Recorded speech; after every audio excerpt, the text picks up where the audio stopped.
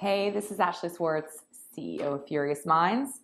This is my 2014 Upfront wrap up, which I do every year. So, what can we say about this year's 2014 Upfront? Wah, wah. It was slightly underwhelming. The numbers weren't so great. Overall, television's up like 3.3%. It's estimated it's going to be for all of 2014 to close the entirety of the year based on our run right now at about 68.5 billion. So if we look though at broadcast specifically, volume was down by 800 to 850 million, and cable volume was down by about 500 million or so, or 5%. And this really was attributed to a couple major advertisers like P&G, Diageo, GM, Kellogg's. P&G, for example, gave a $20 million haircut to Lifetime Networks alone. So, it's incredible how we look at the Pareto rule of sort of 20% of advertisers move 80% of the volume in the marketplace. And you see when a handful of them, literally 5 of them, make a big decision to cut their television dollars and shift spend in other places or just cut absolute spend overall, it really moves the marketplace. In total, we were down about 5 to 10% this year, which is kind of crazy. So if you look at the total upfront dollars for May's cycle, in 2013, it was about an $8.2 to $9 billion business cycle. In 2014, it's estimated to be about 8.6 to 9.2 billion. And so, that's sort of driven, volume was down and overall spend was per se, but CPMs increased in many regards. So, there was good and there was bad, right? We still got some CPM increases, but they definitely were not the big jumps that a lot of the networks held out for last year. So if we just look at the big winners, let's start there, right? Like Linda Yaccarino hit it out of the park this year. And we'll get to maybe why she did or didn't, but they were basically up in volume about 15%, which is estimated to be about $0.3 billion because they moved from 2013 to 2014 from about $2 to $2.3 billion in total spend. On their CPMs, they had a nice hike of about 7.5% to 8%, and that was about the same last year. The question has to be begged. Is this a result of the synergy from the Comcast acquisition, right? Is this the result of data? They came into this year's 2014 upfronts and had a story of addressability, right? They were using data, they had access to set-top box data, et cetera.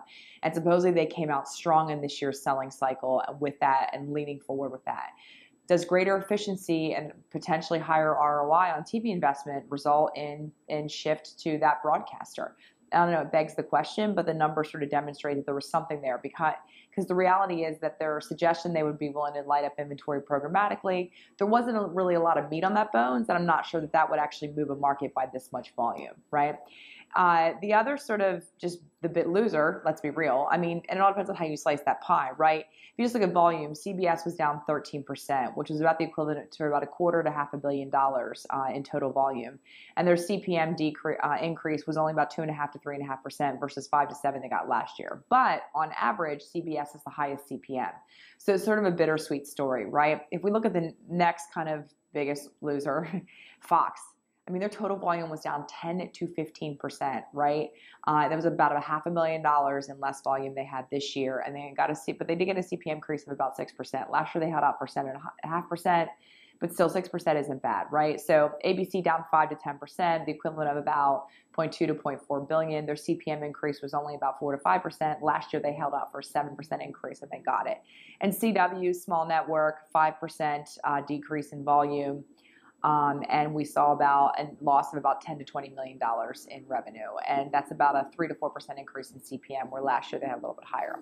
What it sort of begs the question is, what's this all mean for scatter, right? So does it mean that total spend in television is being cannibalized by other mediums like online video? Because we're seeing that online video is estimated to be in 2014 up 42% to $6 billion.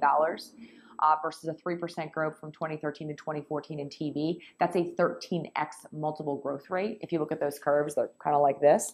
Does it mean that there's channel cannibalization and sort of video neutral buyers, are moving into more online video? Does it mean that total spend is less? Or does it mean that dollars are being held back?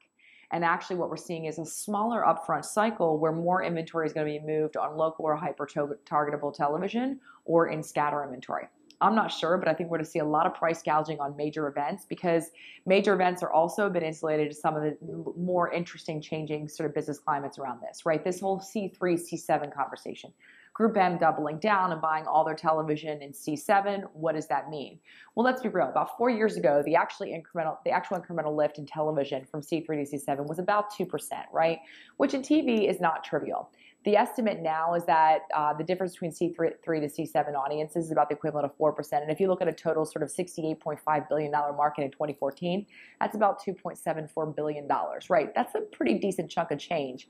So if we're looking at that 4% lift on a $1 billion, on $1 billion, that's $800 million. It's a pretty decent amount of, or $80 million, right? It's a pretty decent amount of volume. If you look at sort of some of the other estimates, right? Poltrak said that Dave Poltrak has been quoted in his MBA class he teaches at Stern, Word on the Street, is that he estimates if you normalize the data with lots of other caveats of the top 4 broadcasters and et cetera, that a gross rating point is worth about $300 million. So we're talking about a ton of revenue, even though the incremental changes are small because television is such a large volume market in dollars, absolute. These are big, big impacts. And individual broadcasters, moving them 4% is a couple $100 million. So it's not chump change when we actually do start to tap into that C3 to C7 window. The thing is, will anybody else do it? And going back to what I was saying kind of about how to insulate yourself from the changing market factors, the reality is that sports and events are safe from C3 to C7 sort of, shift of audiences and viewing windows. So the reality is I think you're going to see more and more broadcasters investing in sports and events. And we see that ESPN has acquired even more sports rights, which is one of the reasons that it's sort of the upfront cycle doesn't suffer, right? Programmatic, it really wasn't that present. I mean, NBC in April was like, maybe we'll launch some inventory or make some inventory available programmatically. Maybe we won't, which basically means that you can use some of our data and you can buy through the trading desk, but not really automate it. It's never auction based or anything else. It's just kind of a little bit of smoke and mirrors, like, wow, it's programmatic. And that's because agency business models are changing. So if that moves more inventory in the upfront, awesome, that's great. But there's no necessarily proof in that pudding because we haven't seen any real dollars move there. As I was talking about, online video is growing, right? And the growth rate is the 13x multiple over television. How much cannibalization is going to really occur? How much share shift is really occurring? I think there are a lot of questions to be begged. And I think, what am I walking away from this year, right? Well, doubling down on sports and events. I'm going back to it. I think that, at the end of the day, that is the hedge in this industry for scripted television. Even though the cable networks, last year you saw everybody was doubling down on scripted TV. Discovery was investing in scripted programming, right? The reality is that we've seen that those investments and that ROI is not sustainable. That was proven in this year's business cycle. Cable's sort of heyday was not sustainable. These guys this year are down a substantial amount in volume. Scripted TV, as sort of some of these major shows are coming to an end, these guys have not necessarily they've demonstrated that scripted television is not a rinse and repeat model, right? Just because you've had one breakout show does not mean you're going to have another and another. It's not formulaic. Again, storytelling is an art. It's not a science. And these guys have not necessarily figured it out. Data. I'm putting my money on the fact that not just because Linda Accarino is damn smart, she's leading that business, but also because NBCU has the data and the set-top box sort of gold mine that is attached to their Comcast ownership and parent company. I'm going to bet that had a lot to do with this year's victory for them. And I think that you're going to see that. I think other programmers and broadcasters are going to have to start to figure out what their data story is. And more as rights of over-the-top become critical, given that we're going to see a duopoly on the operator side of the business with 2 players having 60% of the market. More broadcasters will retain that. We're already seeing what's happening now is that they're disabling fast forwarding and VOD, which is also going to increase that C3 sort of rating period, right?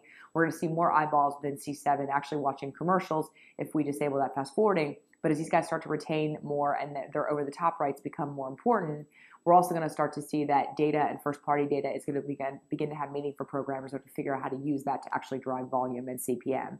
And at the end of the day, online video is going to become more and more relevant, and it's going to start to become sort of more and more as a make-good mechanic, especially if GRPs are under-delivering. And it's going to be interesting to see how online video becomes a business lever used in the scatter market to drive scatter pricing as a long tail over the course of the year, especially when it's coupled with event or sports-driven stuff that is more real-time.